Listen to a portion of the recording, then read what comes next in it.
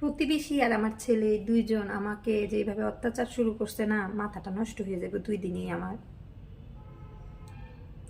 ছেলে আর প্রতিবেশীর কাহিনী কি আর বলবো, পুরো ভিডিওটা দেখলেই আপনারা বুঝতে পারবেন যে আমার সাথে কি হচ্ছে আর কি চলতেছে।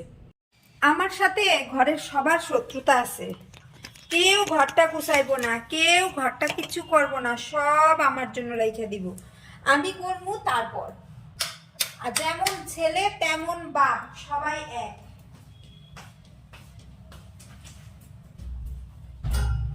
এখন কিন্তু শীত প্রায় চলে গেছে, তারপরও বিছনা পাটি ঘর দরজা কেউ গুছাইবো না, সব মা করবো, সব ঘরের বউ করবো। তোমাদের ঘরে এরকম হয় বলো? আর ভাল লাগে না এই যন্ত্রণা আমার।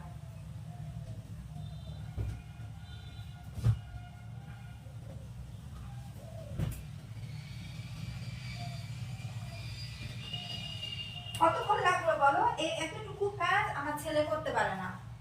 সাথে বলি একটা মেয়ের দরকার ছিল, আমার ছেলের দরকার ছিল না।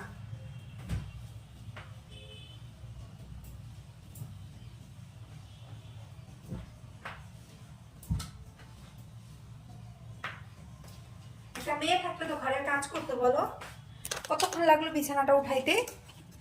এই 2-1 মিনিটের কাজই আমার ছেলে করতে চায় না, ভাবে কি না কি কি হবে এই সেই, মানে কি বলবো, 2-1 মিনিটের কাজ করতে বললেই ওর অনেক সমস্যা। আমার মনে হয় আমার ছেলের সামনে যদি একটা যদি ধরো কি বলবো, ওই যে আছে না, ওই যে রোবট মেশিন, খাবার টাবার সাজাই দিয়ে যদি এইভাবে যদি ওর সামনে আয়না দেওয়া যেত, ও খালি না খাইতো না, ওইটা ওর কষ্ট হইতো, ওই খাওয়াই দিত, তাহলে ওর জন্য ঠিক ছিল। সবাই ভাইবো না ছেলের নামে বদনাম করি, আর যার এক ছেলে আছে সেই বুঝে কত কষ্ট। একটা মেয়ের যে কি দরকার। এখন আবার কইয়া দিবা ছেলে বিয়ে করাই ফেলাও, বাবা ছেলে তো তাড়াতাড়ি বিয়ে করাবো না, শুধু শুধু আমার বইলা লাভ নাই। ঠিক আছে, ক্ষুধা পাইছে, খাইনি, দাঁড়াও একটা রুটি আছে, কি দিয়ে খাবো, রুটি কিছু তো নাই হোক। তো যাই হোক, সবাই কেমন আছো বলো? শুভ সকাল বলবো না শুভ দুপুর বলবো এখন? তো রান্না বান্না করবো, তো ভাবলাম তোমাদেরকে একটু নিজের কষ্টের কথা তো সবই শেয়ার করি, আজকে ছেলের কষ্টের কথা শেয়ার করলাম। ও খুব জ্বালায় গো আমাকে গো, ও ভীষণ জ্বালায় আমারে। তো চিনি দিয়ে নিছি। আর ওই যে সেদিন যে কথাটা বলছিলাম না, পাশের বাড়ির অত্যাচারের কথাটা, মহিলাটা জানো এখনো ময়লাগুলা সরায় নাই, এখনো সরায় নাই। দেখাবো তোমাদেরকে, রুটিটা খাইয়ে নিই, বলো কত কষ্ট লাগে না, তাই না? রুটিটা খাইয়ে নিই, দাঁড়াও লাইট জ্বালাই, রুটিটা খাইয়ে নিই। তো এখনো যে সরায় নাই, এখন সিদ্ধান্ত নিচ্ছি আমরা হয়তো আমরা বাড়ি ছেড়ে দেব। মহিলাটাকে কিছু বলা যায় না, ছাদেও সে খুব অত্যাচার করে। আমাদের বারান্দা নাই, আমরা ছাদে কাপড় চোপড় ছড়াই, ওনাদের বারান্দা আছে, মানে আমাদের পাশের ওই ফ্ল্যাটটাতে বারান্দা আছে, এদিকে বারান্দা নাই। উনি পুরো ছাদ জুড়ে কাপড় ছড়ায় রাখে, ছড়াচ্ছে, সেটা কোনো দোষ না। 3 দিন 4 দিনও সেই কাপড় নেয় না। আমি যদি কাপড় ধুয়ে যদি কাপড় ছড়াইতে ওনার কাপড়গুলো একটু মানে ভাঁজ করে সাইড করে কাপড় নাড়তে যায়, তাহলে কাজ শুরু করে দেয়। বিশ্বাস হয় না তো আমি দেখাচ্ছি এখনই তোমাদেরকে, দাঁড়াও।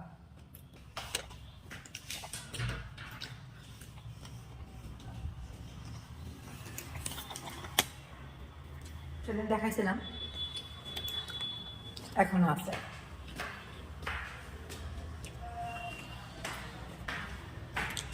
ওই দেখো একদম আমার ঘরের দরজার সামনে।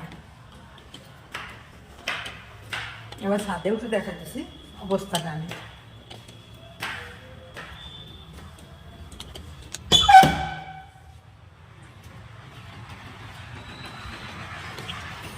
দেখো সারা ছাদ ভরা সোনাদের কাপড়।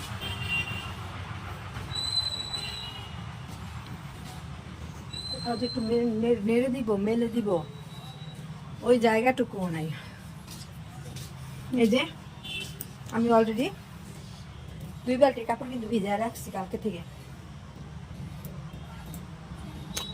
2 বালতি কাপড় ভিজাইছি, যেহেতু আমাদের বারান্দা নাই, আমরা ছাদেই কাপড় চোপড় ধুয়ে ছাদেই ছড়াই দিই। তো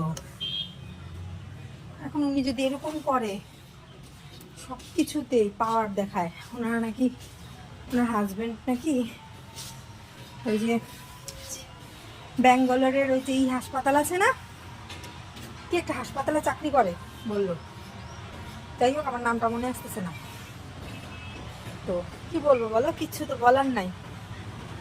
এখন কি সুন্দর নারিকেল ধরে আছে রাস্তার মধ্যে, অনেক নারিকেল আমাদেরকে দেয় বাড়িওয়ালা। বাড়িওয়ালা দাদা বৌদি অনেক ভালো গো, অনেক ভালো, ওরাও ভয় পায় ওনাদেরকে। ফুলও ফুটে আছে, আমি এই ফুলগুলা দিয়েই পূজা দিই, এই ফুলগুলা পেরে এখান থেকে পূজা দিই, বুঝছো? তো আমাদের বাড়িওয়ালা দাদা বৌদি অনেক ভালো। তো আমরা মূলত ওই কারণেই যাব। এই যে আমি যে শিবের পূজা করি না প্রতিদিন, এই যে এখান থেকে নীলকণ্ঠ ফুল নেই, এই যে দেখো কত সুন্দর সুন্দর ফুল ছাদে। শুধু গল্প করতে করতে আসলাম, তো ভাবলাম ছাদের এই ফুলগুলোও দেখাই। তো অ্যালোভেরা গাছ, নারিকেল কিভাবে ধরে আছে,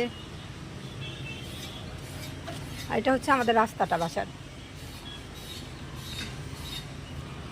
তুলসী পাতা সবই আছে মোটামুটি। আর এই যে ছাদ দেখো, বিশ্বাস তো করো না, এখন ব্যাক ক্যামেরায় দেখাই দিলাম।